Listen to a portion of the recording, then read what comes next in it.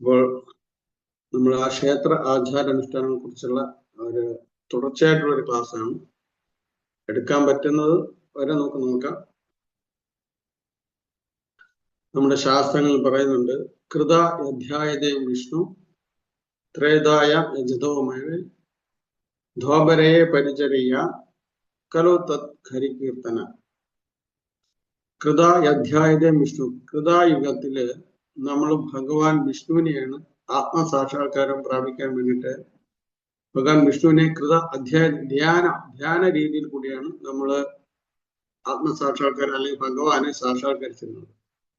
കൃതായുഗത്തിൽ അധ്യായതം വിഷ്ണു ത്രേതായുഗത്തിൽ വന്നപ്പോൾ യജ്ഞങ്ങളെല്ലാം നമ്മൾ അർപ്പിച്ചിട്ടാണ് ഈശ്വരനെ സാക്ഷാത്കരിച്ചിരുന്നത്. ദ്വാപരയാം പരിചര്യാം, ദ്വാപരയുഗത്തിൽ നമ്മൾ ഈശ്വരനെ സാക്ഷാത്കരിക്കാൻ പരിചരിച്ചിട്ട്, അതായത് ക്ഷേത്രങ്ങൾ കെട്ടിയിട്ട് ആ ക്ഷേത്രങ്ങളിൽ കൂടെ നമ്മൾ പരിചരിച്ചിട്ടാണ് ഭഗവാനെ സാക്ഷാത്കരിച്ചിരുന്നത്. കലോ തത് ഹരികീർത്തനം. എന്നാൽ കലിയുഗത്തിൽ നമ്മൾ ഭഗവാനെ സാക്ഷാത്കരിക്കുന്നത് നമ്മൾ ഭഗവാന്റെ തിരുനാമ ജപത്തിലൂടെയാണ് ഭഗവാനെ സാക്ഷാത്കരിക്കുന്നത്. അപ്പോൾ നമുക്കൊരു ചോദ്യം ഉണ്ടാകാം, ഇപ്പോൾ കലിയുഗത്തിൽ നമ്മൾ ക്ഷേത്രങ്ങളെ വെച്ച് ആരാധിക്കേണ്ട ആവശ്യമില്ലല്ലോ, കലികാലത്തിൽ പറഞ്ഞിരിക്കുന്നത് നാമജപമാണല്ലോ എന്ന് വിചാരിക്കാം. ശരിയാണ്, കലികാലത്തിൽ നമുക്ക് നാമജപത്തിനാണ് വളരെയധികം പ്രാധാന്യം. കാര്യം നാമജപത്തിൽ കൂടെ മാത്രമാണ് നമുക്ക് ആത്മസാക്ഷാത്കാരം നേടാൻ കഴിയുന്നത്. ഇപ്പോൾ ക്ഷേത്രങ്ങൾക്ക് പ്രാധാന്യമില്ലേ എന്ന് ചോദിക്കാം. നമ്മൾ ക്ഷേത്രത്തിനും പ്രാധാന്യമുണ്ട്. കാര്യം ക്ഷേത്രമാണ് നമുക്ക് ഭഗവാനെ സാക്ഷാത്കരിക്കാൻ വേണ്ടിയിട്ടുള്ള ജ്ഞാനം പറഞ്ഞു തരുന്ന സ്ഥലങ്ങൾ. അതുകൊണ്ട് ക്ഷേത്രങ്ങൾക്കും വളരെ പ്രാധാന്യമുണ്ട്. നമ്മൾ ക്ഷേത്രത്തിൽ പോയി ഭഗവാനെ ദർശിക്കുന്നുണ്ടെങ്കിൽ നമ്മൾ ചില ക്ഷേത്ര ആചാര അനുഷ്ഠാനങ്ങളെ കുറിച്ച് നമ്മൾ എന്ത് ചെയ്യണം, അറിഞ്ഞിരിക്കണം. നമ്മൾ ക്ഷേത്രത്തിൽ പോകുന്നില്ലെങ്കിൽ ആ ആചാര അനുഷ്ഠാനങ്ങളെ കുറിച്ച് നമ്മൾ അറിയേണ്ട ആവശ്യമേ ഇല്ല. നമ്മൾ വീട്ടിലിരുന്ന് ഭഗവാന്റെ നാമത്തിനെ മാത്രമാണ് നമ്മൾ ആശ്രയിക്കുന്നതെങ്കിൽ നമുക്ക് ഈ ആചാര അനുഷ്ഠാനങ്ങളെ കുറിച്ച് അറിയേണ്ട ആവശ്യമില്ല. പക്ഷെ നമ്മൾ ക്ഷേത്രത്തിൽ പോകുന്നുണ്ടെങ്കിൽ, ക്ഷേത്രത്തിൽ പോയി ഭഗവാനെ നമ്മൾ കാണുന്നുണ്ടെങ്കിൽ നമ്മൾ തീർച്ചയായിട്ടും എന്ത് ചെയ്യണം, ആ ക്ഷേത്ര ആചാര അനുഷ്ഠാനങ്ങളെ കുറിച്ച് നമ്മൾ മനസ്സിലാക്കിയിരിക്കണം. പലപ്പോഴും ശാസ്ത്രജ്ഞാനമില്ലാതെയും നമ്മുടെ ധാർമ്മികമായിട്ടുള്ള രീതികളൊന്നും അറിഞ്ഞുകൂടാത്ത ആ ഒരു സ്ഥിതിയിലേക്കാണ് നമ്മൾ ഹിന്ദുക്കൾ എന്ന് പറയുന്ന ഒരു കൂട്ടം ജനങ്ങൾ പോയിക്കൊണ്ടിരിക്കുന്നത് അല്ലേ. അതായത് സ്വന്തം ധർമ്മത്തിനെ കുറിച്ച് മനസ്സിലാക്കാതെ പോകുന്ന ഒരു വിഭാഗം ആൾക്കാരെന്ന് പറയുന്നത് നമ്മൾ ഹിന്ദുക്കൾ എന്ന് പറയും. അവരാണ് അവരുടെ ധർമ്മം മനസ്സിലാക്കാതെ പോകുന്നത്. എന്തൊക്കെയാണ് നമ്മൾ ആചരിക്കേണ്ടത്, എന്തൊക്കെയാണ് അനുഷ്ഠിക്കേണ്ടത്, എന്തൊക്കെ ശാസ്ത്രങ്ങളാണ് നമ്മൾ പഠിക്കേണ്ടത്, ആ ശാസ്ത്രത്തിൽ പറഞ്ഞിരിക്കുന്ന കാര്യങ്ങൾ എത്രമാത്രം നമ്മുടെ ജീവിതത്തിൽ ഉൾക്കൊണ്ട് നമ്മൾ ജീവിക്കണം എന്നൊന്നും മനസ്സിലാക്കാത്ത ഒരു കൂട്ടരും നമ്മൾ ഹിന്ദുക്കൾ മാത്രമാണ്. 100 പേരെടുത്തു കഴിഞ്ഞാൽ അതിൽ വളരെയധികം 0.% മാത്രമേ കാണുകയുള്ളൂ. 0.1% അങ്ങനെ വളരെ കുറച്ച് ആൾക്കാർ മാത്രമേ ഉള്ളൂ. അപ്പോഴ് ഇതിലുണ്ടാകുന്ന ഈ അജ്ഞാനത്തിന് നമ്മുടെ ശാസ്ത്രങ്ങളെ കുറിച്ചുള്ള അജ്ഞാനം, നമ്മുടെ ആചാരാനുഷ്ഠാനങ്ങളെ കുറിച്ചുള്ള അജ്ഞാനം, ഈ അജ്ഞാനത്തിന് മറ്റുള്ളവർ മുതലെടുക്കും, ചൂഷണം ചെയ്യും. മറ്റു മതക്കാര് നമ്മളെ എന്ത് ചെയ്യും, അവരുടെ മതത്തിലേക്ക് കൺവേർട്ട് ചെയ്യാൻ വേണ്ടിയിട്ട് ഉപയോഗിക്കും. നമ്മുടെ അജ്ഞാനത്തിന് അവർ ചൂഷണം ചെയ്യും. അതുപോലെ തന്നെ മറ്റ് നിരീശ്വരവാദികളും മറ്റു ചില രാഷ്ട്രീയക്കാർ പോലും നമ്മുടെ ഈ അജ്ഞാനത്തിന്, നമ്മളെ ശാസ്ത്രങ്ങളിലോ നമ്മുടെ ആചാരാനുഷ്ഠാനങ്ങളിലുള്ള അജ്ഞത അവർ ചൂഷണം ചെയ്യും. അതിന്റെ ഭാഗമായിട്ട് നമ്മൾ അതിലേക്കാണ് പോകും. അങ്ങനെയാണ് ഇപ്പോൾ നടന്നുകൊണ്ടിരിക്കുന്ന സംഭവം. എന്നാൽ മറ്റു മതസ്ഥരായിട്ടുള്ള ആൾക്കാർ ചിലപ്പോൾ നമ്മുടെ പുരാണങ്ങളും ഇതിഹാസങ്ങളും നമ്മുടെ മറ്റ് ശാസ്ത്രങ്ങളൊക്കെ അവർ വായിക്കും. എന്തിനു വേണ്ടിയിട്ടെന്ന് വെച്ച് കഴിഞ്ഞാൽ അവർക്ക് നമ്മുടെ ശാസ്ത്രത്തിനെ കുറിച്ചുള്ള ജ്ഞാനമുണ്ട് എന്ന് അജ്ഞരായിട്ടുള്ള ഹിന്ദുക്കളെ ബോധ്യപ്പെടുത്തിയിട്ട് അവരുടെ ട്രാക്കിലേക്ക്, അവരുടെ ലൈനിലേക്ക് കൊണ്ടുപോകുന്നതിലേക്ക് വേണ്ടിയിട്ട് അവർ പഠിക്കും. അവര് പഠിക്കുന്നത് ആ ശാസ്ത്രങ്ങളുടെ തത്വങ്ങൾ ഗ്രഹിക്കുകയില്ല, അതിനു പകരം അതിലെ വാക്യാർത്ഥങ്ങൾ പുറമെ കാണുന്നത് മാത്രം പറഞ്ഞിട്ട് നമ്മളെ എന്ത് ചെയ്യും, അവരെ അജ്ഞരായിട്ടുള്ള ഹിന്ദുക്കളെ പറഞ്ഞ് അവരിലേക്ക് ട്രാൻസ്ഫർ ചെയ്യും. ഇപ്പൊ ഉദാഹരണത്തിന് അവരുടെ ചില ധാരാളം നമുക്ക് ഈ ആൾക്കാർ നിരീശ്വരവാദികളാകട്ടെ മറ്റു മതസ്ഥരാകട്ടെ ഹിന്ദുക്കളുടെ കൺവേർട്ട് ചെയ്യാൻ വേണ്ടിയിട്ട് ഉപയോഗിക്കുന്ന കുറച്ച് ക്വസ്റ്റ്യൻസുകളുണ്ട്. അതിലൊന്നെന്ന് പറയുന്നത് ശിവൻ പുലിത്തോലാണ് ശിവൻ ഉടുത്തിരിക്കുന്നത്, ശിവൻ ധരിച്ചിരിക്കുന്നത് പുലിത്തോലാണ്. അങ്ങനെയാണെങ്കിൽ ശിവനാണോ ആദ്യം ഉണ്ടായത്, പുലിയാണോ ആദ്യം ഉണ്ടായത്? പുലി ഉണ്ടായിട്ടുണ്ടെങ്കിൽ മാത്രമല്ലേ ശിവന് പുലിത്തോൽ ധരിക്കാൻ പറ്റുകയുള്ളൂ. അപ്പോൾ പുലി ഉണ്ടായതിനു ശേഷമല്ലേ ശിവൻ ഉണ്ടായത്? അങ്ങനെയാണെങ്കിൽ എന്തിനാണ് ശിവനെ വെച്ച് ആരാധിക്കേണ്ടത്? ഒരു ക്വസ്റ്റ്യൻ. ഗണപതിയുടെ വാഹനം എലിയാണ്. എങ്ങനെയാണ് ഇത്രയും വലിയ ഗണപതി ആയിട്ടുള്ള അല്ലെങ്കിൽ ആന ആയിട്ടുള്ള, നിങ്ങൾ വർഷിപ്പ് ചെയ്യുന്ന ആനയായിട്ടുള്ളത് ഒരു എലിയുടെ പുറത്ത് എങ്ങനെയാണ് വാഹനമായിട്ട് ഉപയോഗിക്കുന്നത്? എലിയുടെ പുറത്ത് എങ്ങനെയാണ് സഞ്ചരിക്കാൻ പറ്റുന്നത്? അപ്പോൾ ഇത് നമുക്കറിയില്ല, ഒന്നിനെ കുറിച്ച് അറിയില്ല. അപ്പോൾ നമ്മുടെ അജ്ഞാനം, നമ്മൾ കൂടുതലും ഈ കോളേജിൽ പഠിക്കുന്ന കുട്ടികൾ അല്ലെങ്കിൽ അങ്ങനെയുള്ള ആ ഒരു ടീനേജ് പ്രായം അല്ല അതിനെക്കാട്ടി കുറച്ചുകൂടെ പ്രായമായിട്ടുള്ള യങ്ങേഴ്സിനെയാണ് ഇങ്ങനെയുള്ള ആളുകൾ ഓരോരുത്തർ ചോദിക്കുന്നത്. പിന്നെ ചോദിക്കും, നിങ്ങൾ വെച്ച് ആരാധിക്കുന്ന ഒരു ദൈവത്തിന്റെ ലിംഗത്തിന് വെച്ചിട്ട് ആരാധിക്കുന്നത് എന്താണ്? എത്ര വൃത്തികെട്ട ആരാധന നിങ്ങൾ ലിംഗത്തിന് വെച്ച് ആരാധിക്കുന്നു, എത്രമാത്രം നിങ്ങളുടെ ആരാധന മോശമാണ്. ഇപ്പോൾ ചിലപ്പം പറയും ബ്രഹ്മഗുപ്തനാണ് സീറോ കണ്ടുപിടിച്ചത്. അങ്ങനെയാണെങ്കിൽ രാവണന് 1 മുതൽ 10 തല ഉണ്ടെന്ന് എങ്ങനെ എണ്ണാൻ പറ്റി? ഇങ്ങനെ ചോദിക്കും. പിന്നെ അത് തന്നെ പറയും, ഇപ്പൊ രാമായണത്തില് ജംബുകൻ എന്ന് പറയുന്ന ഒരാളുണ്ടായിരുന്നു, ഒരു ശൂദ്രൻ ഉണ്ടായിരുന്നു, ജംബുകൻ. ആ ശൂദ്രൻ ഉണ്ടായിരുന്നു. അദ്ദേഹം ഈ മരത്തിൽ തലകീഴായിട്ട് തപസ് ചെയ്തപ്പോൾ ശ്രീരാമചന്ദ്ര ഭഗവാൻ അയാളെ വധിച്ചു. അപ്പോൾ ഇതൊരു സവർണ അവർണ വിഭജനമല്ലേ അവിടെ കാണിച്ചത്? അത് ശരിയായ നടപടിയാണോ? ചിലപ്പം ചോദിക്കും, ശ്രീരാമചന്ദ്രൻ ബാലിയെ ഒളിഞ്ഞിരുന്ന് വധിച്ചു.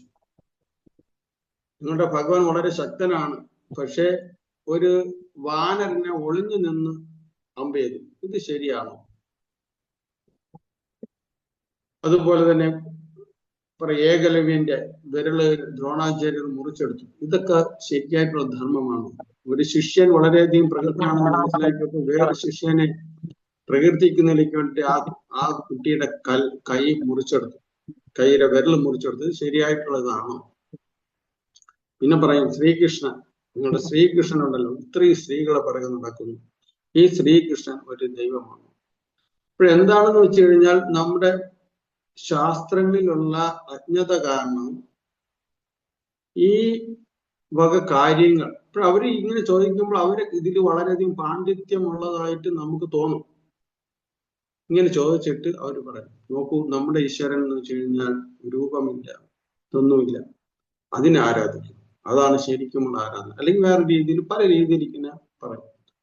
നമ്മുടെ അജ്ഞതയെ അവർ വളരെയധികം ചൂഷണം ചെയ്യും. എന്നിട്ട് അവർ വീണ്ടും പറയും, ക്ഷേത്രങ്ങൾ നോക്കൂ, ക്ഷേത്രങ്ങൾ ചെന്ന് കഴിഞ്ഞാൽ എന്താണ്, വസ്ത്രമില്ലാത്ത ധാരാളം ശില്പങ്ങൾ കാണാം, വളരെയധികം വെറുപ്പും അറപ്പും ഉളവാക്കുന്ന തരത്തിലുള്ള ശില്പങ്ങൾ. ഇതാണോ ക്ഷേത്രത്തിൽ വച്ചിരിക്കേണ്ടത്?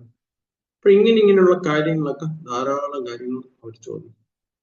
അപ്പൊ ഈ ചോദ്യങ്ങൾ ചോദിക്കുമ്പോഴത്തേക്ക് സാധാരണ ഒട്ടും ഇതിനെക്കുറിച്ച് മിക്കവാർക്കും അറിവില്ല. അതിന്റെ യഥാർത്ഥമായിട്ടുള്ള തത്വങ്ങൾ വിശദീകരിച്ചു കൊടുക്കാനുള്ള ജ്ഞാനത്തിന്റെ അഭാവത്താൽ കാരണം ഒന്നുകിൽ അവർ പറയുന്നതിനോട് നമ്മൾ യോജിക്കും, അല്ലെങ്കിൽ നമ്മൾ നാണം കെട്ട് അവിടെ നിന്ന് പോവേണ്ടതായിട്ട് വരും. ഈ അജ്ഞതയാണ് മറ്റുള്ളവരെല്ലാവരും നമ്മളെ ചൂഷണം ചെയ്യാനുള്ള പ്രധാനപ്പെട്ട. അതിനാൽ നമ്മൾ എല്ലാത്തിനെയും കുറിച്ച് നമ്മൾ അറിഞ്ഞിരിക്കണം. ഓരോ തത്വങ്ങൾ പഠിക്കുമ്പോൾ, ശാസ്ത്രജ്ഞാനങ്ങൾ പഠിക്കുമ്പോൾ അതിന് പിന്നിലുള്ള തത്വങ്ങൾ നമ്മൾ വളരെയധികം ശ്രദ്ധാപൂർവം മനസ്സിലാക്കണം. അത് മറ്റുള്ളവർക്ക് പറഞ്ഞു കൊടുക്കണം. അപ്പൊ അതിന്റെ ഒരു ഭാഗമാണ് ക്ഷേത്ര ആചാരാനുഷ്ഠാനങ്ങളുടെ ആ ക്ലാസിന്റെ കാര്യം. നമ്മളെ സംബന്ധിച്ചിടത്തോളം നമ്മുടെ ഇന്ദ്രിയങ്ങൾ കൊണ്ട് നമുക്കൊരിക്കലും ഭഗവാനെ കാണാനേ പറ്റും. നമ്മുടെ ഭൗതിക ഇന്ദ്രിയങ്ങൾ കൊണ്ട് ഒരിക്കലും നമുക്ക് കാണാൻ പറ്റും. അപ്പോൾ ഭഗവാൻ അങ്ങനെ ഇരിക്കെ ഭൗതിക വസ്തുക്കളാൽ നിർമ്മിതമായിട്ടുള്ള അർച്ചവിഗ്രഹത്തിൽ ഭഗവാൻ പ്രവേശിച്ചിട്ട് നമ്മുടെ സേവ ഭഗവാൻ സ്വീകരിക്കും. ഭഗവാനെ നമുക്ക് നമ്മുടെ ഇന്ദ്രിയങ്ങളാൽ നമുക്ക് ഭഗവാനെ കാണാൻ പറ്റില്ല. അപ്പോൾ ക്ഷേത്രങ്ങളിലെ അർച്ചവിഗ്രഹം എന്ന് വെച്ചാൽ അത് ഭൗതിക വസ്തുക്കളാൽ നിർമ്മിതമാണ്. ആ ഭൗതിക വസ്തുക്കളാൽ നിർമ്മിതമായിട്ടുള്ള വിഗ്രഹത്തിൽ ഭഗവാൻ അർച്ചവിഗ്രഹമായിട്ട് മാറും. അർച്ചവിഗ്രഹം എന്ന് പറയുന്നത് ഭഗവാന്റെ ഒരു അവതാരം തന്നെയാണ്. ഈ അർച്ചവിഗ്രഹം ഭഗവാൻ നിന്ന് വിഭിന്നമല്ല.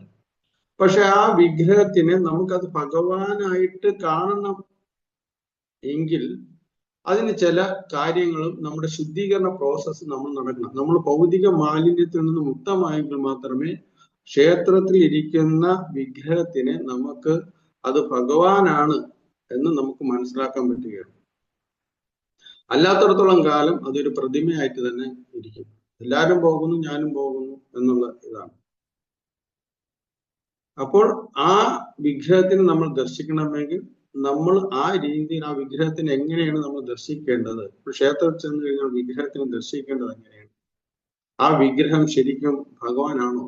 ആ ഭഗവാൻ എന്നോട് എങ്ങനെ പ്രതികരിക്കും? എനിക്ക് എങ്ങനെ ആ ഭഗവാനായിട്ട് കാണാൻ പറ്റും? അപ്പോൾ നമ്മളിപ്പോൾ ക്ഷേത്രത്തിൽ പോകുമ്പോൾ നമുക്ക് ധാരാളം ക്ഷേത്രങ്ങൾ പോകുന്നുണ്ട്, നമ്മൾ ധാരാളം വിഗ്രഹങ്ങളെ കാണുന്നുണ്ട്, നമ്മൾ അതിന്റെ അലങ്കാരം ഇതെല്ലാം കണ്ട് നമുക്ക് ഭഗവാൻ എന്നുള്ളൊരു ബോധമുണ്ട്. പക്ഷെ എങ്കിലും നമ്മൾ അത് നമ്മുടെ പ്രത്യക്ഷത്തിൽ നമ്മുടെ മുമ്പിൽ ഭഗവാൻ പെടുമ്പോൾ നമ്മൾ കാണുന്ന നമ്മൾ വളരെയധികം പരിശുദ്ധരായ ഒരു ഭക്തനായി മാറിക്കഴിയുമ്പോൾ ഭഗവാൻ നമ്മുടെ മുമ്പിൽ പ്രത്യക്ഷപ്പെടും. ഇപ്പൊ നമ്മള് മേൽപ്പത്തൂർ ഭട്ടതിരി പറയുന്ന പോലെ അഘേവശാമി തേജോ നിബിഡതരകളായ ലോഭനീയം. അതുപോലെ നമ്മൾ നോക്കുകയാണെങ്കിൽ നമ്മുടെ മുമ്പിൽ ആ പ്രത്യക്ഷപ്പെട്ട് കാണുന്ന ആ ഭഗവാന്റെ സ്വരൂപം നമുക്ക് ക്ഷേത്രത്തിൽ കാണാൻ പറ്റില്ല. എങ്ങനെയാന്ന് വെച്ച് കഴിഞ്ഞാൽ നമ്മൾ ശുദ്ധീകരിച്ച് ആ ഉയർന്നെങ്കിൽ മാത്രമേ കാണാൻ പറ്റുകയുള്ളൂ. അപ്പോൾ അത് ഭഗവാനാണ്, ആ ക്ഷേത്രത്തിൽ ഇരിക്കുന്ന വിഗ്രഹം എന്ന് പറഞ്ഞാൽ ഭഗവാനാണ് എന്ന് മനസ്സിലാക്കി കൊടുക്കുന്ന തരത്തിലുള്ള ധാരാളം എക്സാമ്പിളുകളുണ്ട്, കഥകളുണ്ട്. ഒരിക്കൽ നമ്മുടെ ഈ വൃന്ദാവനത്തിൽ തന്നെ ഈ മുഗളന്മാർ ഔറംഗസീബിന്റെ കാലഘട്ടത്തിലൊക്കെ ക്ഷേത്രങ്ങൾ ധാരാളം തകർക്കപ്പെട്ടു.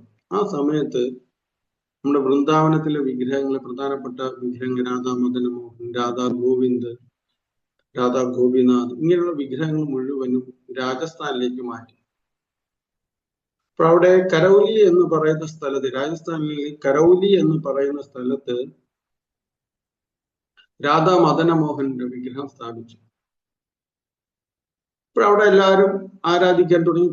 അവിടെ നേരത്തെ അവിടെ ധാരാളം ആൾക്കാർ അങ്ങനെ ഭഗവാനെ ഭജിക്കുകയാണ്.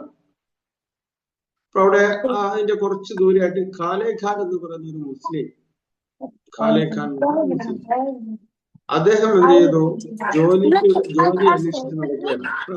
അദ്ദേഹം ഒരാളെ പുരോഹിതൻ എനിക്ക് എന്തെങ്കിലും ജോലി ക്ഷേത്രത്തിൽ തരാൻ പറ്റും. അദ്ദേഹം പറഞ്ഞു, ഒരിക്കലും ക്ഷേത്രത്തിനകത്ത് അങ്ങനെ ഒരു അന്യമതസ്ഥന് ജോലി കൊടുക്കാൻ പറ്റില്ല. വേണമെങ്കിൽ നിനക്ക് ജോലി തരാം, ഈ ക്ഷേത്രത്തിന് പുറത്ത് ഈ പ്രസാദത്തിന്റെ വേസ്റ്റ്, പൂക്കളുടെ വേസ്റ്റ് ഇതൊക്കെ കൊണ്ട് കളയുന്ന സ്ഥലമുണ്ട്. ആ സ്ഥലം പിന്നെ ഈ ക്ഷേത്രത്തിൽ നിന്ന് ഒലിച്ചു വരുന്ന മറ്റുള്ള ഈ ഇതൊക്കെ ഉണ്ട്, ആ സ്ഥലങ്ങളെല്ലാം ക്ലീൻ ചെയ്തോ, ക്ഷേത്രത്തിനകത്ത് പ്രവേശിക്കാനും പറ്റുകയില്ല. ക്ഷേത്ര കോമ്പൗണ്ടിനകത്ത് പ്രവേശിക്കാൻ പറ്റും, അതിന് പുറത്തുള്ള സ്ഥലങ്ങൾ വൃത്തിയാക്കിക്കൊള്ളുന്നു. ഇങ്ങനെ ഒരു അദ്ദേഹത്തിന്റെ ജോലി കിട്ടും. അദ്ദേഹത്തിന്റെ ദാരിദ്ര്യം കാരണം ആ പുരോഹിതൻ ജോലി കൊടുത്തു. അപ്പൊ അദ്ദേഹം എന്നും ക്ഷേത്രത്തിന്റെ പുറത്ത് എല്ലാ സ്ഥലങ്ങളിലും കളയുന്ന ഈ വേസ്റ്റുകൾ കൊണ്ട് കളയുന്ന പൂവിന്റെ ആകട്ടെ എല്ലാം ആ സ്ഥലങ്ങളെല്ലാം മനോഹരമായിട്ട് വൃത്തിയാക്കി. എന്തെങ്കിലും അദ്ദേഹത്തിന് ദക്ഷിണയല്ല അന്നത്തെ കാലഘട്ടത്തിലേക്ക് ഇതുപോലെ ഒരു ചെറിയ ശമ്പളം കൊടുക്കും. ആ ശമ്പളം കൊണ്ട് അദ്ദേഹം കുടുംബത്തിന് പോറ്റിയിരുന്നു.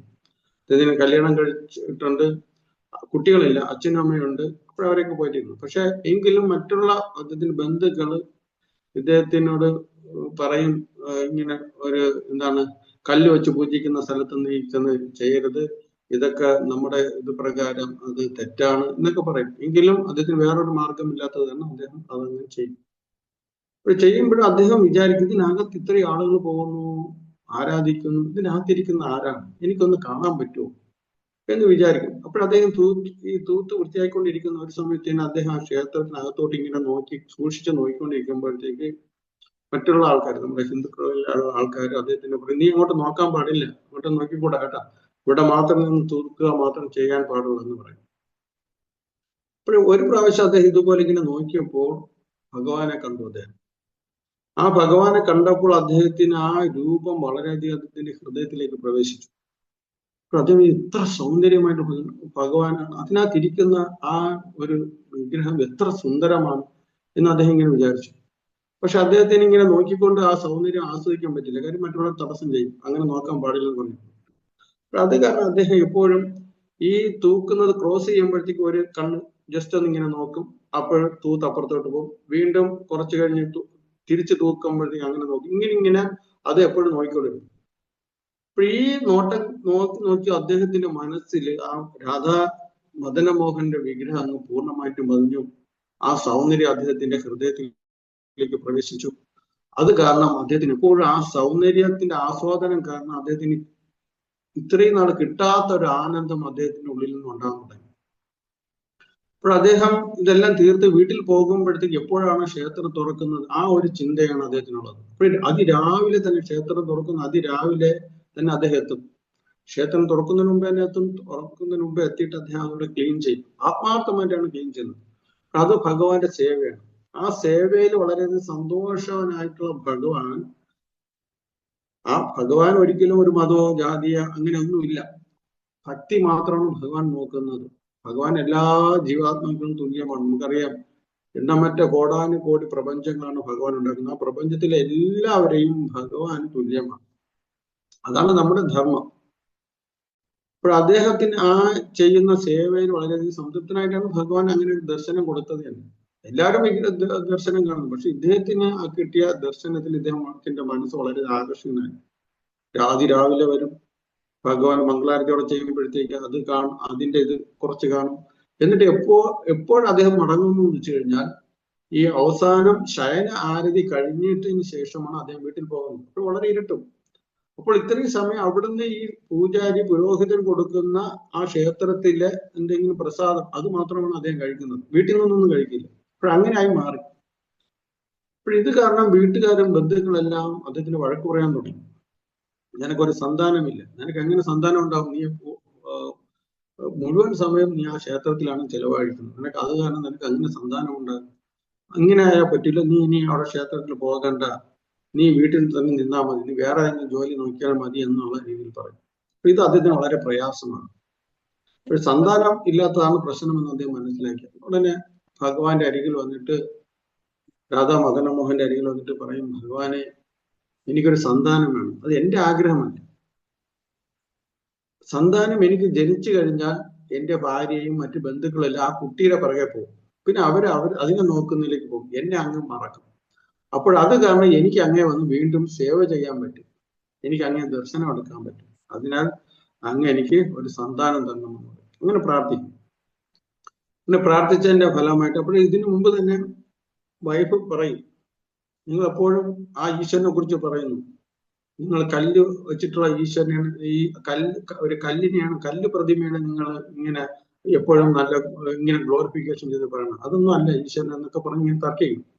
അദ്ദേഹം അങ്ങനെ തർക്കിച്ചാലും അദ്ദേഹം അതിനൊന്നും മിണ്ടില്ല. അപ്പോൾ ഈ സന്താനം ജനിക്കാത്തത് കാരണം അദ്ദേഹത്തിനോട് പറയും, അങ്ങനെ നിങ്ങൾ എപ്പോഴും ആരാധിക്കുന്ന ആ ഈശ്വരനോട് പറയൂ, സന്താനം വേണമെന്ന് പറയൂ എന്ന് പറയും. അപ്പോൾ ഇതിങ്ങനെ ഭഗവാനോട് പ്രാർത്ഥിക്കുമ്പോഴത്തേക്ക് പിന്നെ അദ്ദേഹത്തിന്റെ ഭാര്യ ഗർഭിണിയാകുകയും സന്താനം ജനിക്കുകയും ചെയ്യും. അപ്പോഴാ പറഞ്ഞായിരുന്നത് പോലെ തന്നെ ആ കുട്ടിയുടെ പിറകിൽ തന്നെ അവരുടെ ശ്രദ്ധ മുഴുവനും പോകും. അപ്പോൾ ഇദ്ദേഹത്തിന് ഭഗവാനെ കാണാൻ പറ്റും. അങ്ങനെ കുട്ടി വളർന്ന് ഏകദേശം 7-8 വയസ്സായപ്പോഴത്തേക്ക് കുട്ടി ഒരു ദിവസം ഗ്രൗണ്ടിൽ കളിച്ചുകൊണ്ടിരിക്കുന്ന സമയത്ത് ഒരു പാമ്പ് ആ കുട്ടിയെ കടിക്കും.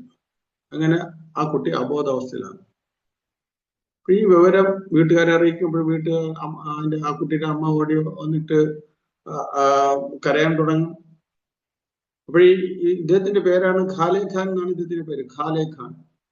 ഖാലെ ഖാനെ ഉടനെ ആളുവിട്ട് അറിയിക്കുമ്പോഴത്തേക്ക് അദ്ദേഹം ഭഗവാനോട് പ്രാർത്ഥിച്ചിട്ട് അദ്ദേഹം ആ കുട്ടിയുടെ അടുത്ത് പോകും. കുട്ടിയുടെ അടുത്ത് പോകുമ്പോഴത്തേക്ക് അദ്ദേഹം ഡോക്ടറിനെയും കൂട്ടിയാണ് പോകുന്നത്. ഡോക്ടർ എന്ന് വെച്ചാൽ വൈദ്യൻ, വിഷവൈദ്യനെയും കൊണ്ടാണ് പോകുന്നത്. അപ്പോൾ വിഷവൈദ്യൻ ചെന്ന് ആ കുട്ടിയെ നോക്കുമ്പോഴത്തേക്ക് വിഷവൈദ്യൻ പറയും, ഈ കുട്ടിയെ ഇനി ട്രീറ്റ് ചെയ്യാൻ പറ്റില്ല, കുട്ടി മരിച്ചു പോയി എന്ന് പറയും. അപ്പോഴ് ഭാര്യയ്ക്കും ബന്ധുക്കൾക്കും ഇദ്ദേഹത്തിന് പ്രയാസം. ഇദ്ദേഹത്തിന് അങ്ങനെ വലിയ പ്രയാസമൊന്നുമില്ല. പക്ഷെ ഇദ്ദേഹം പറയും, ഭഗവാനെ, കുട്ടി മരിച്ചു കഴിഞ്ഞാൽ വീണ്ടും ഞാൻ എന്താണ്, അവർ വീണ്ടും എന്നെ അവരുടെ സമീപത്തിൽ വേണമെന്ന് പറഞ്ഞ് അവർ പ്രതീക്ഷിക്കും. പക്ഷെ എനിക്ക് എപ്പോഴും അങ്ങയുടെ അടുത്താണ് എനിക്ക് ഇരിക്കാൻ ആഗ്രഹം. അപ്പോൾ അദ്ദേഹം എന്ത് ചെയ്യും, ആ കുട്ടിയെ എടുത്തുകൊണ്ട് പോയിട്ട്, ഒരു ഭാര്യ പറയും, നിങ്ങൾ പറഞ്ഞില്ലേ നിങ്ങൾ ആരാധിക്കുന്ന ഈശ്വരനാണ് നിങ്ങൾ കുട്ടിയെ തന്നത്, അങ്ങനെയാണെങ്കിൽ ആ ഈശ്വരനോട് പറയൂ കുട്ടിയുടെ ജീവൻ തരാൻ എന്ന് പറഞ്ഞിട്ട് ഭാര്യയും ബന്ധുക്കളൊക്കെ ഇങ്ങനെ പറയും. അപ്പൊ ഇദ്ദേഹം ആ കുട്ടിയെ എടുത്തുകൊണ്ട് പോയി രാധാ മദനമോഹൻ ക്ഷേത്രത്തിന്റെ മുമ്പിൽ വെച്ചിട്ട് പറയും, ഭഗവാനെ, എന്റെ പുത്രനെ അങ്ങ് ജഗന്നാഥനാണ്, അങ്ങ് ഇന്നൊരാളുടെ ഈശ്വരൻ വേറൊരാളുടെ ഈശ്വരൻ അങ്ങനെ ഒരു വകഭേദമില്ല, അങ്ങ് ജഗത്തിന്റെ നാഥനാണ്, അങ്ങയുടെ കണ്ണിൽ എല്ലാവരും സ്വന്തം മക്കളെ പോലെയാണ്, അതിനാൽ എന്റെ പുത്രനെ അങ്ങ് ജീവിപ്പിക്കണം എന്ന് പറഞ്ഞിട്ട് അദ്ദേഹം ഇങ്ങനെ കരയും. കരയുമ്പോൾ അദ്ദേഹത്തിന്റെ കണ്ണിൽ നിന്ന് കണ്ണുനീര് ആ കുട്ടിയുടെ പുറത്തു വീഴും. പുറത്ത് വീഴുന്ന സമയത്ത് തന്നെ ആ കുട്ടി ചാടി എണീറ്റ് ബാബു എന്നാണ് പറഞ്ഞത്, അച്ഛന്നുള്ള അർത്ഥത്തിൽ പറയും, ബാബു, ഞാൻ ഇന്ന് ഇത്രയും സമയം വരെ ഞാൻ വേറൊരു കുട്ടിയുമായിട്ട് കളിച്ചുകൊണ്ടിരിക്കുകയായിരുന്നു. ആ കുട്ടിയുടെ തലയിൽ നല്ല മൈപ്പീലി ഉണ്ടായിരുന്നു, പീതാംബരപ്പട്ട് മഞ്ഞ പട്ടുതുണി ഉടുത്തിരുന്നു, നല്ല നീല നിറമായിരുന്നു ആ കുട്ടിയിൽ, കാണാൻ അതീവ സുന്ദരനായിരുന്നു. ആ കുട്ടിയുമായിട്ട് ഞാൻ കളിച്ചുകൊണ്ടിരിക്കുകയായിരുന്നു. അപ്പോഴാണ് ഞാൻ ഇപ്പോൾ ഉറക്കത്തിൽ നിന്ന് എണീറ്റതുപോലെ ഞാൻ ഇപ്പോൾ എണീറ്റത്. എനിക്ക് ആ സുന്ദര രൂപം എനിക്ക് എത്ര തന്നെ ചിന്തിച്ചിട്ടും എനിക്ക് ആ സുന്ദര രൂപം എത്ര തന്നെ ആസ്വദിച്ചിട്ട് എനിക്ക് മതിയാവുന്നില്ല. എനിക്ക് വീണ്ടും ആ കുട്ടിയോട് കളിക്കാൻ പോകണമെന്ന് എനിക്ക് തന്നെ ആഗ്രഹം എന്നിങ്ങനെ പറഞ്ഞു. അപ്പോൾ ആ കുട്ടി അങ്ങനെ പറഞ്ഞിട്ടാണ് അത് പോണത്. അതായത് ആ കുട്ടി മരിച്ചു കിടക്കുന്ന സമയം മുഴുവനും ഭഗവാനുമായിട്ട് കളിച്ചുകൊണ്ടിരുന്നു. കാര്യം ഭഗവാനാണ് ആ അദ്ദേഹത്തിന് കുട്ടിയെ കൊടുത്തത്. ആ രീതിയിൽ കാലേക്കാൻ കുട്ടിയെ കൊടുത്തത്. അത് കാരണം ആ മരണസമയത്ത് അത് ഭഗവാനുമായിട്ടാണ് കളിച്ചുകൊണ്ടിരുന്നത്. അപ്പൊ ഇവിടെ നമ്മൾ മനസ്സിലാക്കുന്നത് ആ ഒരു ഭക്തന്റെ ഭക്തി, ഭഗവാനുള്ള തീവ്രമായ ഭക്തി, ആ ഭക്തിയാണ്. അത് എവിടെ നിന്നാണ് കിട്ടിയത്? രാധാ മദന മോഹന വിഗ്രഹത്തിൽ നിന്നാണ്, ക്ഷേത്രത്തിൽ പ്രതിഷ്ഠിച്ച വിഗ്രഹത്തിൽ നിന്നാണ് കിട്ടിയത്. വിഗ്രഹമാണ് അദ്ദേഹം കണ്ടത്. നമുക്ക് അതുപോലെ തന്നെയാണ് വിഗ്രഹത്തിന് ഭഗവാനായിട്ട് കാണാനുള്ള മനസ്സ് ഉണ്ടാക്കിയെടുക്കും. അത് നമ്മുടെ സാധന പ്രോസസ്സിൽ കൂടെയൊക്കെ നമുക്ക് നടക്കുകയാണ്. അതുപോലെ തന്നെ മാധവേന്ദ്രപുരിയിലെ കാര്യം ഒരു ദിവസം എല്ലാവരും ചിലപ്പോൾ കേട്ട് കാണും. മാധവേന്ദ്രപുരി ഒരിക്കൽ വൃന്ദാവനത്തിൽ പോയി. വൃന്ദാവനത്തിൽ ചെന്നിട്ടിപ്പോ അദ്ദേഹം ഭഗവാന്റെ നാമങ്ങൾ ഇങ്ങനെ കീർത്തനം ചെയ്ത് ഇങ്ങനെ നടക്കുകയാണ്. എന്നിട്ട് അദ്ദേഹം ഗോവർദ്ധന പർവ്വതത്തിന് പരിക്രമം ചെയ്തു. ഭഗവാന്റെ നാമങ്ങൾ ഇങ്ങനെ വളരെ സന്തോഷത്തോടുകൂടിയും അതീന്ദ്രിയമായ ആനന്ദത്തോടുകൂടിയും അദ്ദേഹം ഗോവർദ്ധന പരിക്രമം എല്ലാം ചെയ്തതിനു ശേഷം ഗോവിന്ദ കുണ്ടിൽ വന്നിട്ട് അദ്ദേഹം സ്നാനം ചെയ്തതിനു ശേഷം ഒരു മരത്തിന്റെ ചുവട്ടിൽ അദ്ദേഹം ഇരുന്നിട്ട് അവിടെ ഇരുന്ന് നാമം ജപിച്ചുകൊണ്ടേ ഇരിക്കുകയാണ്. അപ്പോൾ മനോഹരമായിട്ടുള്ള ഒരു കുട്ടി, ആ കുട്ടിയുടെ കയ്യില് ഒരു കുടം പാലുമായിട്ട് വന്ന് മാധവേന്ദ്രപുരിക്ക് കൊടുത്തിട്ട് പറഞ്ഞു, അലേ മാധവേന്ദ്ര, ഇത് അങ്ങ് കുടിക്കൂ എന്ന് പറഞ്ഞു. അപ്പോൾ ആ കുട്ടിയുടെ സൗന്ദര്യം, ആ കുട്ടിയുടെ ആ സംസാരം എല്ലാം മാധവേന്ദ്രപുരിക്ക് വളരെ ആകർഷിതമായി. അത് കണ്ടപ്പോൾ തന്നെ അദ്ദേഹത്തിന്റെ ദാഹവും ക്ഷീണവും എല്ലാം മാറിപ്പോയി. ഇപ്പോഴങ്ങ് കുടിക്കൂ എന്നിട്ട് പറഞ്ഞു, അങ്ങ് ഭക്ഷിക്കാൻ യാചിക്കാത്തത് എന്തുകൊണ്ടാണ് അങ്ങ് ചെയ്യുന്നത്? അതായത് അങ്ങ് ഭക്ഷിക്കാൻ യാചിക്കുന്നില്ല. മാധവേന്ദ്രപുരിയുടെ ഒരു പ്രത്യേകത എന്തെന്ന് വെച്ച് കഴിഞ്ഞാൽ അദ്ദേഹം ഒന്നും കഴിക്കില്ല. അദ്ദേഹം ആരിൽ നിന്നും ഭിക്ഷ യാചിക്കില്ല. എതിർച്ചയാൽ ആരെങ്കിലും എന്തെങ്കിലും കൊണ്ട് കൊടുക്കുന്നെങ്കിൽ മാത്രമേ അദ്ദേഹം കഴിക്കുള്ളൂ. അതുവരെ അദ്ദേഹം പട്ടിണി കിടക്കും. അങ്ങനെയുള്ള ഏറ്റവും ശ്രേഷ്ഠനായിട്ടുള്ള ഒരു ഭക്തനാണ് മാധവേന്ദ്രപുരി എന്ന് പറയുന്നത്. അപ്പോൾ ആ കുട്ടി വന്ന് ചോദിക്കണം, അങ്ങ് എന്തുകൊണ്ടാണ് ഭക്ഷിക്കാൻ യാചിക്കാത്തത്? അങ്ങ് എന്തിനെയാണ് ധ്യാനിക്കുന്നത് എന്ന് ചോദിച്ചു. അപ്പോൾ മാധവേന്ദ്രപുരി ചോദിച്ചു, ഇല്ലേ കുട്ടി, അങ്ങ് ആരാണ്? നീ എവിടെയാണ് വസിക്കുന്നത്?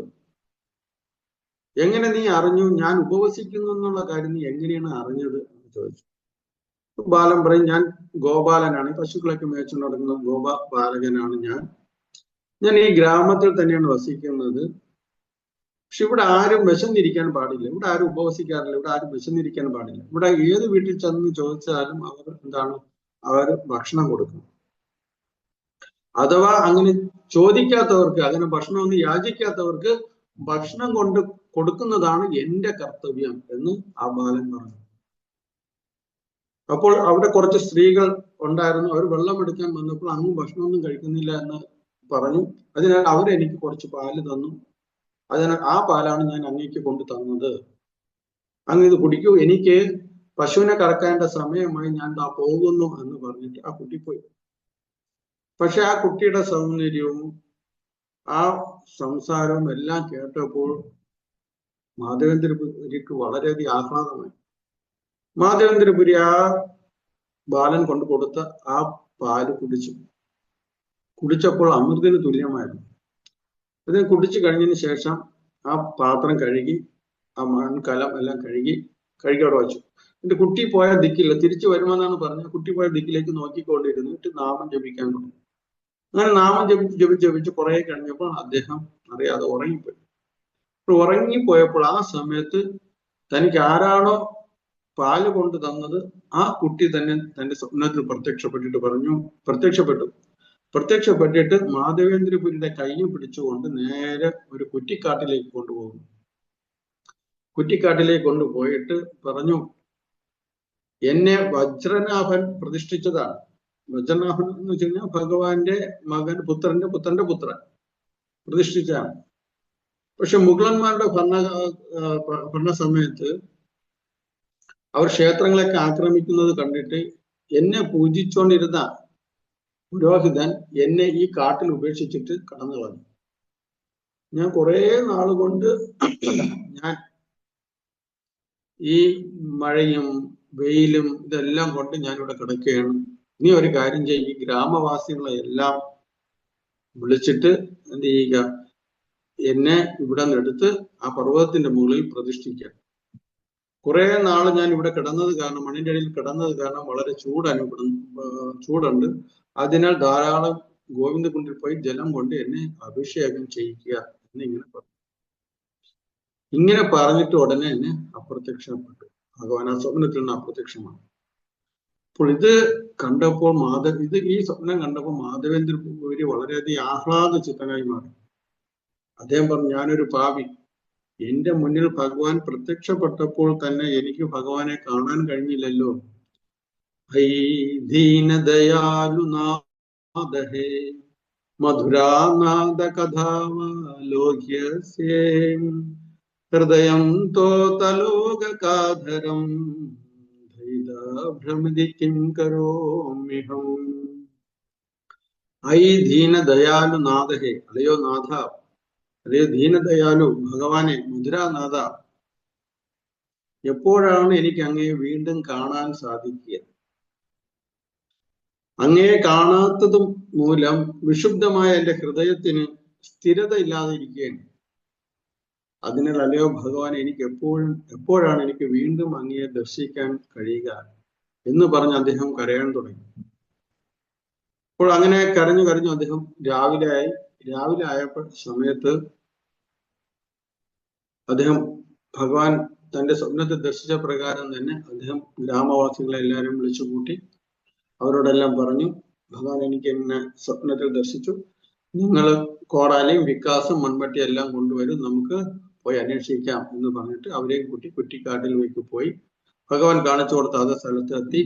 ആ സ്ഥലത്തെത്തി എല്ലാം മാറ്റിയൊക്കെ നോക്കിയപ്പോൾ കാണാം, ചെടികളെല്ലാം പറിച്ച് മാറ്റിയൊക്കെ നോക്കിയപ്പോൾ കാണാം അവിടെ ഭഗവാൻ കിടക്കുന്നു. ഭഗവാൻ പറഞ്ഞു, ഞാൻ ഗോവർദ്ധനധാരിയായിട്ടുള്ള ഗോപാലനാണ് എന്ന് ഭഗവാൻ പറഞ്ഞു കൊടുത്തു സ്വപ്നത്തിൽ. ഞാൻ ആ സ്വപ്നത്തിൽ തന്നെ പറഞ്ഞു, അല്ലെങ്കിൽ മാധവേന്ദ്രപുരി, നിന്റെ വരവിനെയും കാത്താണ് ഞാൻ ഇരിക്കുകയായിരുന്നു. അപ്പോൾ നിനക്ക് എന്നോടുള്ള പ്രേമാവശ്യത്താലാണ് ഞാൻ നിനക്ക് ദർശനം തന്നത് എന്ന് ഭഗവാൻ സ്വപ്നത്തിൽ പറഞ്ഞു. മാധവേന്ദ്രപുരിക്ക് ഭഗവാനോടുള്ള ആ പ്രേമ ആവേശത്തിലാണ് ഭഗവാൻ ദർശനം കൊടുത്തത്. അങ്ങനെ ആ ഗോപാലനെ എല്ലാവരും കൂടെ പൊക്കിയെടുത്തു കൊണ്ടുപോയിട്ട് അവിടുത്തെ ആ പർവ്വതത്തിന്റെ മുകളിൽ, ആ കുന്നിന്റെ മുകളിൽ പ്രതിഷ്ഠിച്ച് സിംഹാസനത്തിൽ പ്രതിഷ്ഠിച്ചു. ഇത് അറിഞ്ഞപ്പോൾ എല്ലാവരും അവിടെ ഉത്സവമായി. കീർത്തനങ്ങളും പൂജാദികളും യജ്ഞങ്ങളും എല്ലാം കൊണ്ട് തുടങ്ങി. മാധവേന്ദ്രപുരിയുടെ നേതൃത്വത്തിൽ ഭഗവാനെ അവിടെ അഭിഷേകം ചെയ്തു, പ്രതിഷ്ഠിച്ചു. നൂറുകണക്കിന് ബ്രാഹ്മണര് ഈ ഗോവിന്ദകുണ്ടിൽ നിന്നിട്ട് ജലം കൊണ്ടുവന്ന് ഭഗവാൻ അഭിഷേകം ചെയ്തു. അങ്ങനെ വലിയൊരു ഫെസ്റ്റിവൽ അവിടെ അങ്ങനെ നടന്നു. അവിടെ ജനങ്ങൾക്ക് ഉത്സവമായി.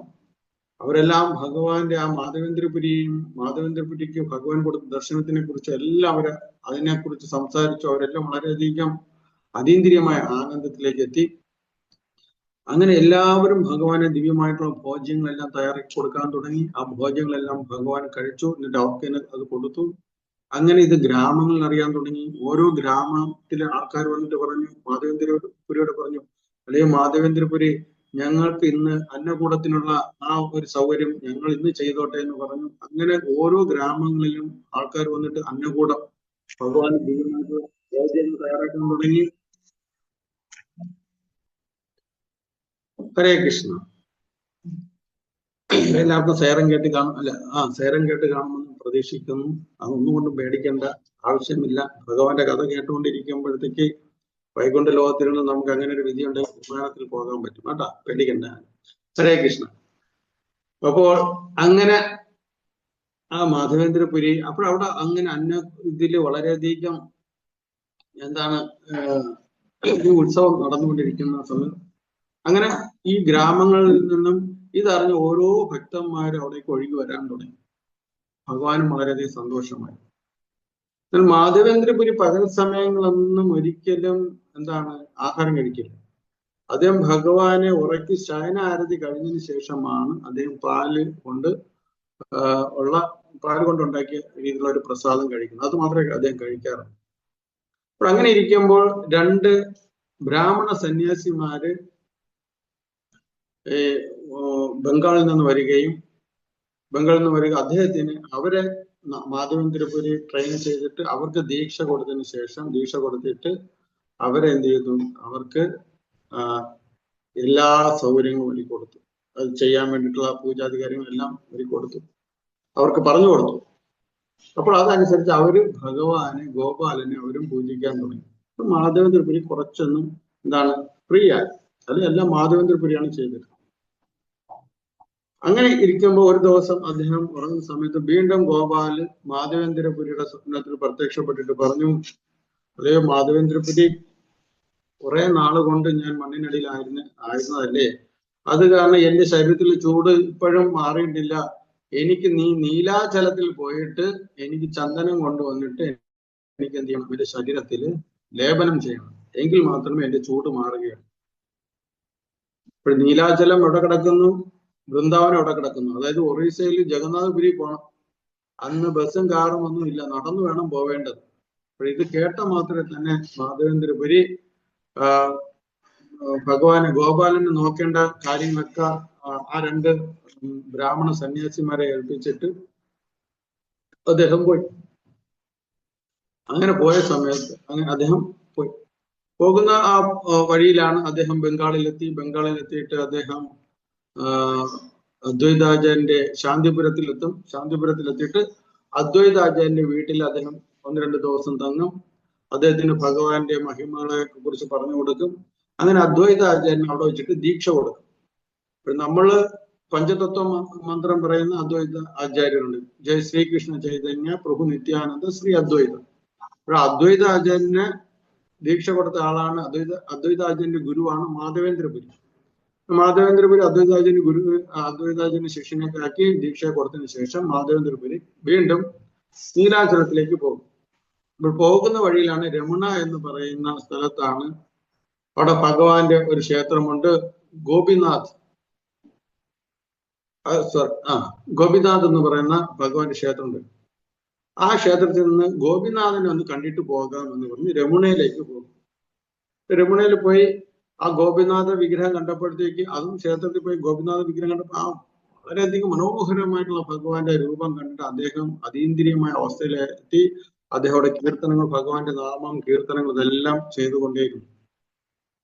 അപ്പോൾ ഏകദേശം വൈകുന്നേരം ആയപ്പോഴത്തേക്ക് അവിടുത്തെ പൂജാരി ഭഗവാന്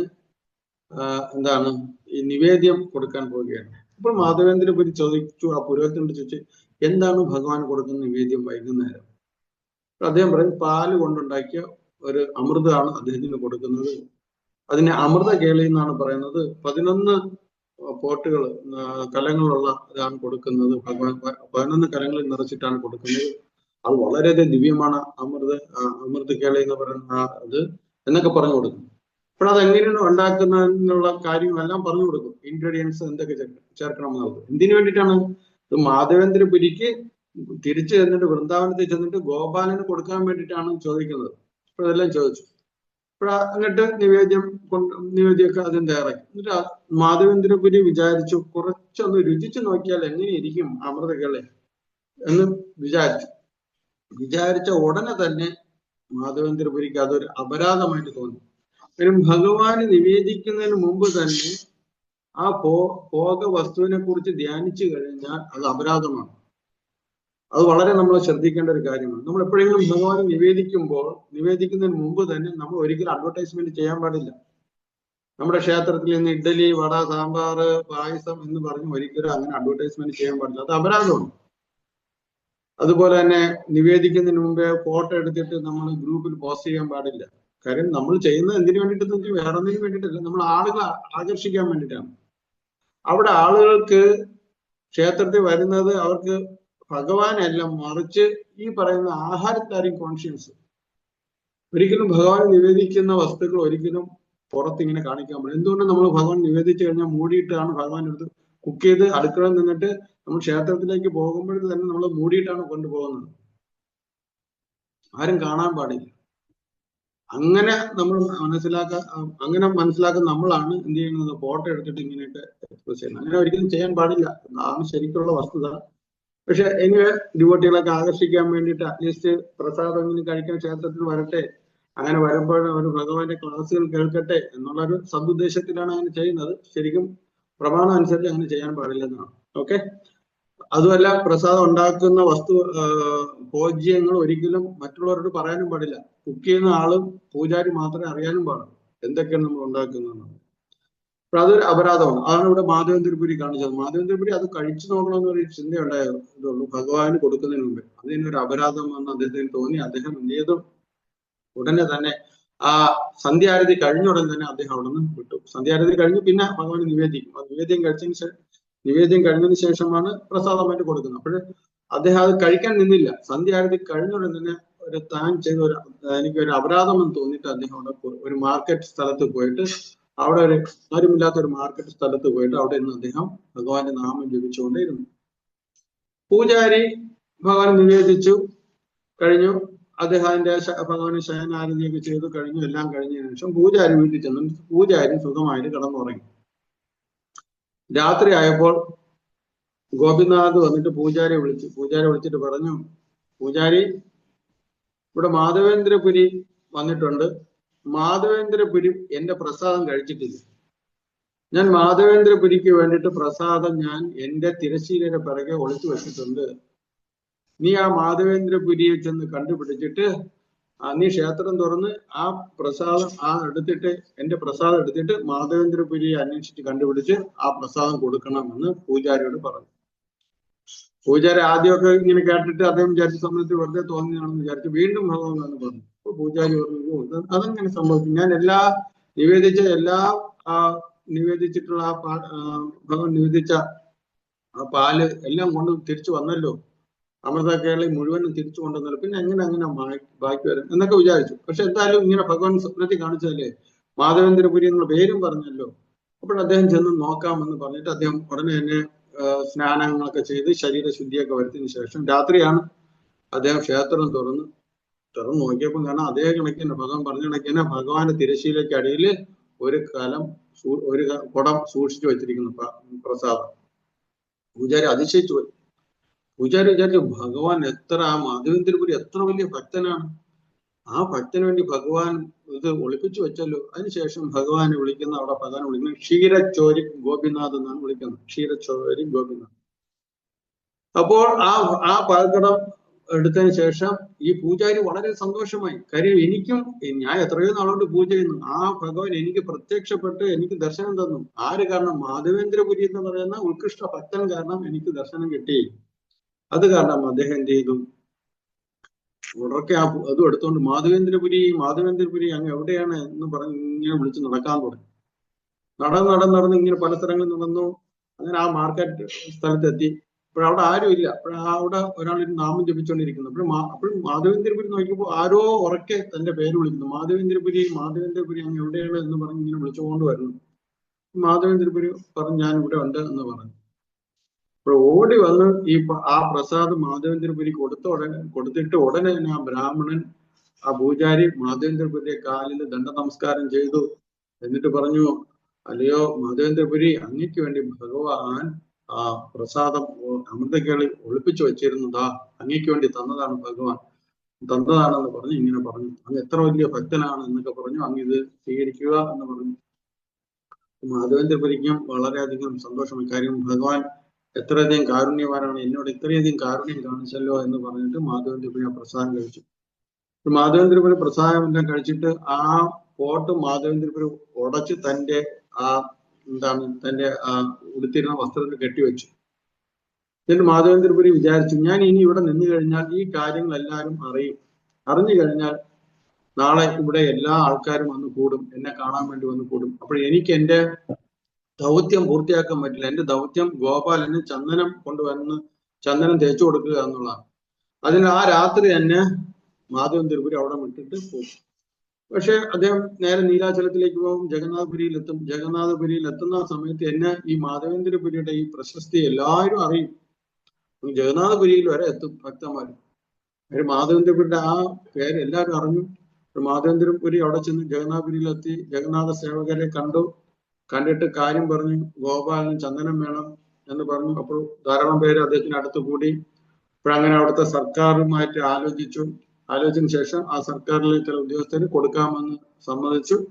അങ്ങനെ മാധവേന്ദ്രപുരിക്ക് ചന്ദനം കൊടുത്തു. ചന്ദനം, കർപ്പൂരം ഇതെല്ലാം കൊടുത്തു. അപ്പോൾ അത് മാത്രമല്ല, അദ്ദേഹത്തിനോടൊപ്പം ഒരു ബ്രാഹ്മണനെയും ഒരു ഭൃത്യനെയും പറഞ്ഞു വിട്ടു. അദ്ദേഹത്തിന്റെ കൂടെ സഹായത്തിന് വേണ്ടി പറഞ്ഞു വിട്ടു. തിരിച്ചു പോണ്ടേ, അതിനുവേണ്ടി അദ്ദേഹത്തിന് പറഞ്ഞു വിട്ടു. അങ്ങനെ അദ്ദേഹം നടന്ന് വന്നു. ഇപ്പോൾ തിരിച്ചു വരുമ്പോഴത്തെ അദ്ദേഹം വിചാരിച്ചു, വീണ്ടും രമുണയിൽ പോയിട്ട് ഗോപിനാഥനെ ഒന്നും കൂടെ കാണാം എന്ന് പറഞ്ഞിട്ട് അദ്ദേഹം വീണ്ടും രമുണയിൽ ഗോപിനാഥന്റെ അടുത്ത് വന്നു.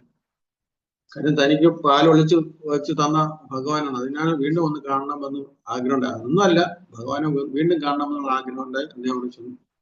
അദ്ദേഹം അവിടെ ചെന്ന് വീണ്ടും ഭഗവാനെ ദർശിച്ചു. ഭഗവാന്റെ സൗന്ദര്യമെല്ലാം ആസ്വദിച്ച് കീർത്തനമെല്ലാം ചെയ്തു. ചന്ദനമുണ്ട്, കർപ്പൂരം എല്ലാം ഉണ്ട്. അങ്ങനെ ഇരിക്കുന്ന സമയത്ത് രാത്രി അദ്ദേഹം ഉറങ്ങുന്ന സമയത്ത് ഗോപാൽ വന്ന് പറഞ്ഞു, അല്ലയോ മാധവേന്ദ്രപുരി, ഗോപിനാഥും ഗോപാൽ ഞാനും രണ്ടും രണ്ടല്ല. നീ ഈ ചന്ദനം ചുമന്നുകൊണ്ട് എന്റെ അരികിലേക്ക് വരേണ്ട ആവശ്യമില്ല. ആ ചന്ദനം ഉരച്ച് ഈ ഗോപിനാഥനെ ചാർത്തിയാൽ മതി. അത് എന്റെ ശരീരത്തിന് ചാർത്തുന്നതിന് തുല്യമാണ്. എന്റെ ശരീരം അതോടുകൂടി തണുക്കുമെന്ന് പറഞ്ഞു. ഭഗവാൻ വന്നിട്ട് മാധവേന്ദ്രപുരിയുടെ പറഞ്ഞു. അത് പ്രകാരം മാധവേന്ദ്രപുരി ആ ചന്ദനം ഉരച്ച് എല്ലാ ദിവസവും ഗോപിനാഥനെ ചാർത്തിയിരുന്നു. ഈ രീതിയിൽ ഭഗവാൻ മാധവേന്ദ്രപുരിയെ എന്ത് ചെയ്തു? ആ മാധവേന്ദ്രപുരിയെ ഭക്തിയെ അങ്ങനെ മാധവേന്ദ്രപുരിയുടെ ഭക്തിയെ ലോകർക്ക് കാണിച്ചു കൊടുത്തു.